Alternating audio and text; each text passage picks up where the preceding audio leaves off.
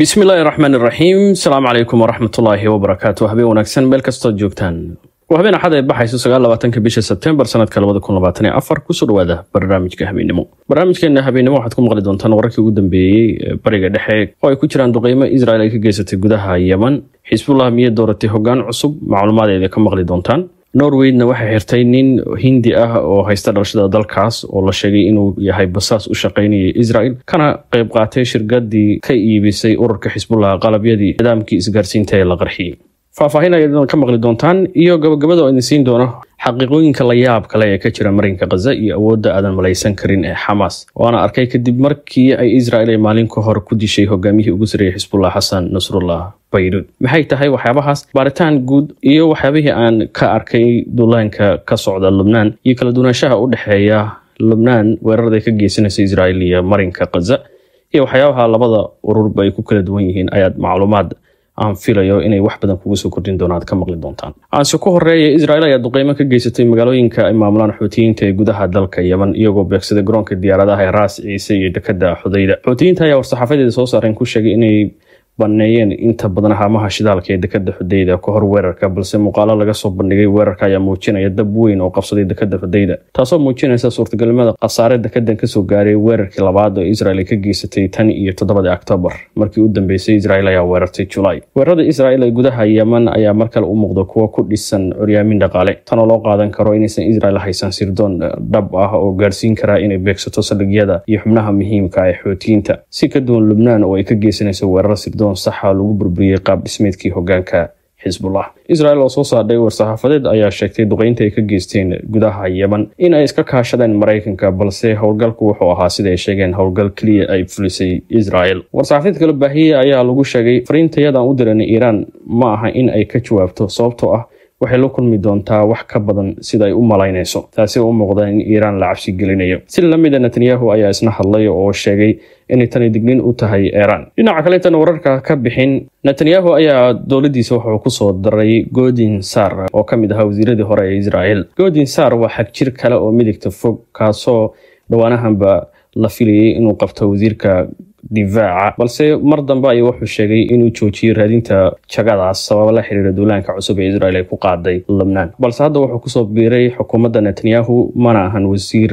awood leh wuxuu noqon doonaa wasiir ay wada tashi yeeshaan Netanyahu oo qayb ka noqda go'aamada. waxa xoogeystay tan iyo shalay wararka la xiriira in hogaamiyihii Gooriyada maalin ka hor ee ururka Xisbullah Hassan Nasrullah jagadiisa in loo magacaabay Hashim Safi al-Dini oo ah nin ay walaalayihiin oo laba hooyo walaalo ay kala dhaleen. balse hadda wararkii u dambeeyay ayaa xaqiijinaya inaysan jirin ilaa hadda cid booskaas buuxisay taasoo ka dhigan inuu shaqada sii wado xoghaye ku-xigeenkii ururku markii horeba lahaa. hadduu eebidmo barnaamijyadana kale ayaan kusoo bandhigi doonaa macluumaad la xiriira cidda qaban karta hoggaanka Xisbullah jagadaasna ka bedeli kara Hassan Nasrullah oo nin saameyn weyn ku lahaa bariga dhexe. iyadoo maanta uu sheegay wasiirka arrimaha dibadda Turkiga Hakan Fidan oo taliye hore sirdoona ka soo noqday Turkiga in uu 10 maalin kadib dagaalkii Oktoobar bilowday inuu la kulmo Nasrullah. wuxuu sheegay in ay ahayd wax uu aad u la yaabay sida uu adkayd in la kulmo Nasrullah. wuxuuna tilmaamay inuu ahaa qof ay adag tahay in si fudud loo arko. walow hadalkaas uu muujinayo in Nasrullah weerarkii ku gaadhay Israel oo ahaa mid qiimo sare ku bixisay dhinacyo aad ugu kalsoonaa Nasrullahna ay u soo dusiyeen joogitaankiisa goobta lagu beegsaday. dowladda Norway ayaa soo saartay amar caalami ah oo lagu soo xiriyo ganacsade Hindiya oo lagu magacaabo Rensen Chess. sida laga soo xigtay xukuumadda Norway, Rensen waxa uu ka mid ahaa shabakad sirdoon oo u shaqeynaysay Israel wuxuuna ka mid ahaa aasaasiyaasha shirkadda nidaamkii isgaarsiinta la qarxiyay ee ururka Xisbullah ka iibiyay. barnaamijyadana dambe hadduu eebidmo aad sidoo kale ku maqli doontaan macluumaad ninkan la xiriira iyo doorkii uu ku lahaa qalabkii laga iibiyay Xisbullah isagoo u shaqeynayay sirdoonka Israel. markaas gabagabadii iyo xaqiiqooyinka la yaab kale ee ka jira marinka Gaza iyo awoodda aadan malaysan karin ee ururka Hamas oo aan arkay kadib markii ay Israel ay maalin ka hor ku dishay hogaamiyihii ugu sareeyay Xisbullah Hassan Nasrullah weerar ka geysatay koonfurta Beirut. waxyaabihii ka dhacay 2 toddobaad u dambeysay dalka Lebanon gaar ahaan koonfurta Beirut kuma filna kaliya wax looga tagi karay inay ahaayeen dhacdooyin in ay si dhaqso ah isugu xigxigayaan oo qof hore u qiyaasi karay. taasina waxay ka dhigtay weeraradii ka dhacay Lebanon ee lagu beegsaday ururka Xisbullah kuwa la yaab leh. sidoo dhacay weerarkii qarxiyada nidaamka isgaarsiinta Xisbullah dilalkii teltelka ahaa ee ilaa hadda socday ee hoggaanka sare Xisbullah iyo maalin ka hor duqeyn aan hore loo aragay Israel ku dishay hogaamiyihii u sarreeyay ama hoggaamiyihii guud ee ururka Xisbullah Xasan Nasrullah oo ahaa wajigii ururka iyo ninkii sumcadda weyn ururkan u yeelay. Baaritaankii gaarka waxaan ka dhex arkay hal xaqiiqo aad ula tagay dareenkayga ilaa ay ila noqotay waxyaabihii soo muuqday ee laga arkay Lubnaan ee la yaabka lahaa inay ka sarreeyaan arrimahan dhexda u galay. waan xaqiiqooyin marka aan dhamaystiro warbixintan dib u celin doontaa dareenkaaga ilaa mar kale wax cajiib aad u qadan doonto. Hagaag, maxay tahay arrinta aan ka hadlayo? Si aad u fahanto waxaan kugu celinayaa duqeyntii Israel ay ku dishay Xasan Nasrullah hogaamiyihii ururka Xisbullah maalin ka hor. Weerarkaas Israel waxay u adeegsatay 85 bam oo nooca iyagoo wada socda hal goob ku dhici kara oo mid kastoo ka mid ah bambooyinkaas lagu magacaabo Mark 84 oo culayskiisu yahay mid kastoo ka mid ah 1 kilogram. sababta bambooyinkan uu Mareykanka soo saaro culayskoodana inta u dhan yahay ee uu dhufatay goobta ay sirdoonka Israel xaqiijiyeen inuu ku sugan yahay Nasrullah. Israel waa wax ku laabanaya xogta sirdoonka. Si cad weerarka ayaa muujiyay ilaa 6 dhismo oo goobta Nasrullah joogay ay Israel dhulka gelisay. Inay sababteeda tahay waqtiga Israel ma aysan xaqiijin karin dhismaha uu ku hoos jiray Nasrullah. Si aan xad lahayn ayayna u go'aamiyeen dhammaan goobta inay dhulka ku daraan. Ma aysan xisaabinayn tiro dad ah oo aan waxba ka garanay Nasrullah in ay ku dhiman karaan iyo in kale. balse waxay doonayeen si kasta inay u gaaraan Nasrullah bambooyinka ay ku dhufanayaan dhismayaasha. Sida aad barnaamijkeennii horeba aad ku maqasheen, Nasrullah kuma jirin qolal ku yaala dhismayaasha. Wuxuu joogay dhismayaasha mid ka mid ah hoostiisa godad ku yaala. Bambooyinkana waxay awoodeen in ay gaaraan intay ka dhex baxaan dhismayaasha dhulka hoostiisana u galaan oo ay kadibna qarxaan iyagoo burburinaya dhulka hoostiisa ilaa dhismaha ka dul dhisan goobta ay bambooyinka ku dhaceen ay noqonayaan kuwa dhulka ku darsamay. Ma doonayo inaan tan wax badan ku laabto, balse waxaan doonayaa inaan fikrad ka siiyo sida uu dhacay weerar. Waxaan u tagayaa halkii aan u socday. Ka waran haddii aan kuu sheegay in 10 mar in ka badan inay Israel bambooyinkan ku riday gudaha marinka Gaza. Waxaad awoodaa tan inaad ogaato kaliya dib u raac duqeymo dhowr oo Israel ay ka geysatay marinka Gaza. Inta kuguma joojinaya, waxaan ku siinayaa hal tusaale. 13 Juulaay ee sanadkan 2024 Israel ayaa weerar la yaab leh ku qaaday koonfurta Gaza, gaar ahaan Khan Yunis. weerarka waxaa ka dhashay dhulgo ama dhulka oo hoos u qodmay si aysan horey u arag dadka marinka Gaza. Sawiradii laga soo qaadanaya waxay ahaayeen kuwa naxdin badan. wax yar kadib weerarka warbaahinta Israel waxaa qabsaday warka la xiriira in ay Israel duqeyn ku dishay madaxii guutooyinka hubeysan Hamas ee Al-Ghaza Mohammed Deif. mid ka mid ah saraakiisha ugu muhiimsan ama waxaan dhihi karnaa labada tiir ee ku taagan tahay Hamas mid ka mid ah. lama bixin faahfaahin qaabka weerarku u dhacay iyo bambooyinka Israel ay u adeegsatay. waa dhab in weeraro badan oo ka dhacay gudaha marinka Gaza in Israel adeegsatay bambooyinka la hagi karo ee sida wadajirka hal bartilmaameed u gaari kara ee Mark 84 oo ka mid ah bambooyinka uu ku faano Mareykanka. balse duqeynta Khan Yunis koonfurta Gaza ka dhacday 13 Juulaay waxay soo muujisay in Israel hal waqti adeegsatay tiro badan oo bambooyinkan ah oo laga yaabo inay ka badan yihiin 85 bam ee ay ku rideen goobtii maalin ka hor Israel ay ku dishay Nasrullah. sababta Mohammed Deif iyo saraakiisha sare ee Hamas waxay ku sugan yihiin godad dhulka hoostiisa oo ku yaala marinka Gaza. warka Israel ah inay dishay Mohammed Deif oo qabsaday warbaahinta Israel waxaa beeniyay in ka badan hal mar ururka Hamas, taasoo ku filan inuu Deif hadda ku sugan yahay godadka marinka Gaza. hadda waxaad fahmi kartaa xaqiiqada aan kuu sheegayo waa in ay si cad markan u soo muuqatay habka ay Hamas u diyaarisay nidaamkooda godadka badqabka leh inay ka dhigan tahay haddii Israel iyo Mareykanka ay soo saareen bambooyin dhulka hoos geli kara. waxay Hamas u fakareen waxa u dhigma 10 jeer sida Mareykanka iyo Israel ay u dejiyeen hubka ay u adeegsan karaan godadka ku hoos yaala Gaza wax ka badan. waxaa soo baxaysa in injineerada diyaariyay godka Gaza ay noqon karaan labada ugu sarreeya awoodda u leh inay dhisaan godad aysan gaari karin si fudud bambooyinka culus ee Mareykanku soo saaro. miyay ogeyd Hamas inay dhacayso waqti ay Israel ku garaacaysa bambooyinka Mark 84? ma garan karno, laakiin iyagoo ka fogaanaya bambooyinka iyo hubka Israel iyo Mareykanka oo u ah dhabarka ay ku tiirsantahay Israel bambooyinkiisa inay ugu yimaadaan godadkooda, waxaa laga yaabaa in ay Hamas u diyaariyeen si qoto dheer ilaa heerka bambooyinka Mareykanka ay dhulka hoos u geli karaan inay Hamasna sii fogeysay godadkooda oo ay diyaariyeen habab ka fog wax kasta oo Mareykanka iyo Israel ku fakareen si ay dhulka hoostiisa weeraro uga geystaan. si la mid ah sirdoonka Mareykanka iyo Israel waxay gaari waayeen mid ka mid ah godadka ama xataa waxay awoodi waayeen inay la socon karaan dhaqdhaqaaqyada dhacaya gudaha godadka marinka Gaza. waxaan horey u ogaanay markaan aragno weeraradii 7 Oktoobar kadib ka dhacay bariga dhexe inay Hamas si adag u xadiday xogteeda sirdoon iyo in la soo dhexgali karo. balse hadda si cad Israel iyo Mareykanka waxay wajahayaan walaac kale oo naxdin ku ah.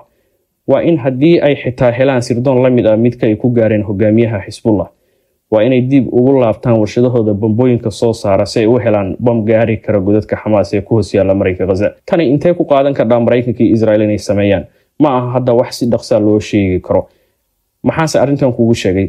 Arrintan waxay ku laabanaysaa sida uu dhacay weerarkii Israel ay ku dishay Xasan Nasrullah oo ay ku burburisay in ka badan 6 dhismo oo midka ugu yar oo 6 dabaq ka koobnaa. Taasi oo ku qasabtay kadib markii xaqiijin weyday isla dhismaha uu ku yaalo godka uu gali doono Xasan Nasrullah. Haddase haddii xataa ay ogaato Israel dhismayaasha ay ku dul yaalaan godadka Xamaas, waxaa adkaanaya in bombooyinka ay gaaraan goobaha ay beegsanayso Israel. Laakiin halka xaqiiq oo ay tahay warbixintan kadib in ay maskaxdeeda ku jirto waa in arrimahan iyo awoodda injineerada iyo sirdoon ee Xamaas ay ku riixayso Israel inay sii wado dagaalka Gaza muddo dheer oo aan qiyaas lahayn sababo la xiriira wax kasta oo ay Gaza uga tageen waxay hadda ka sareeyaan awoodooda.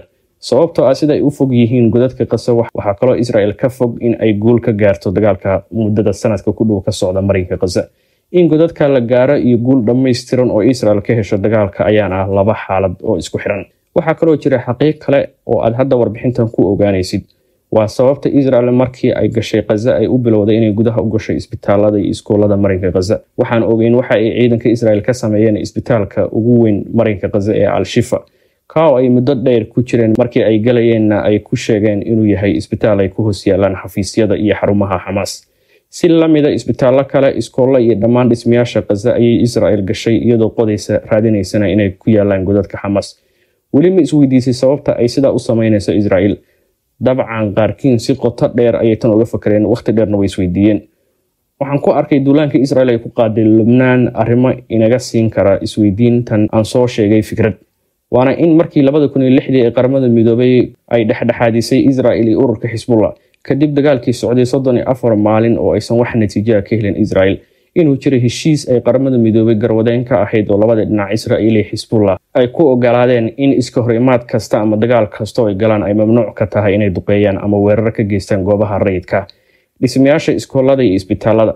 Tan waxay ila noqotay inay Xisbullah run u qaadatay waayo dhammaan dhismayaasha ku hoos yaalaan godadka Xisbullah oo xataa uu kamid ahaa godka ay ugu tageen bombooyinka Israel hogaamiyihii ugu sareeyay ama xoghayyihii guud ee ururka Xisbullah Xasan Nasrullah waxay ku hoos yaalaan dhismayaal rayid iyo isbitaallo. Tusaale dhismayaasha la burburiyay intii uu socday duqeyntii ee Israel ku dishay Xasan Nasrullah waxaa ku dhaganaa isbitaallo sidoo kalena waxay ahaayeen dhismayaal rayid 6 dabaq ee duqeynta lagu burburiyay.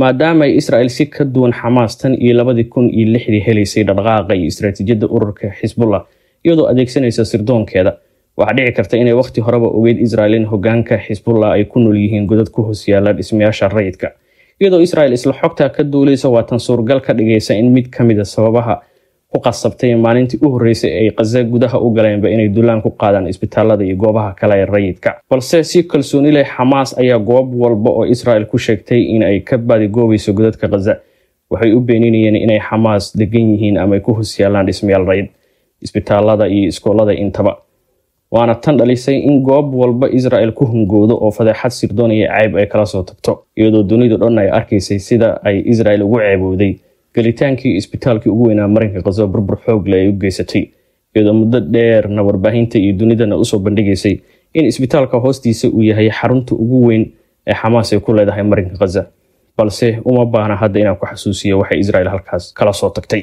xaqiiqada kale la yaab kale ee hadda Xamaas aan ka arkayna ayaa ah isla markaana warbixintan ay ku ogaanaysay in sidoo kale si ka duwan Xisbullah ay u fakartay Xamaas oo godadkooda ka dheerayeen goob kasto aqliga fogaan dhow wax ku soo qabanaya oo qiyaasi karo ilaa Israel ay ku qasbeen in ay xataa qodo qabuuraha iyagoo ka raadinaya Xamaas godadkooda laakiin xagee ku yaalan godadka Xamaas ee meel walba oo Gaza ay ka raadinayaan muddo sanad ah Israel iyo reer galbeedka Mareykanka ugu horeeyay haystay teknoolajiyadii lagu sheegay midii ugu sareysay caalamka sida xaqiiqada hadda waxaad awoodaa inaad dhahdo teknoolajiyada iyo fikirka wax soo saar iyo injineer ee Xamaas waa mid ugu sareeya caalamka mar haddii ay ka gudbeen tijaabooyinkii iyo teknoolajiyadii ay wateen Mareykanka iyo reer galbeedka oo loo arkay kuwa ugu sareeya teknoolajiyada kuwaasoo gacan aan marna fiditaankeedu aan laabanayn siinayay Israel intaan waxaan ku soo gabagabeynayaa baaritaankeygii iyo xaqiiqooyinkii aan u arkay inay wax tar yihiin si aan u awoodno inaan dhacdooyinka ka heli karno waxyaabo wax ina baraya oo ay tahay inaan ku indhaqaadno. Waxaan u mahadcelinayaa qof kasta oo ku xiran channelkayga Imaan Jaamac oo aan bixinaya dadaal la xiriira sida uusan u noqon kaliya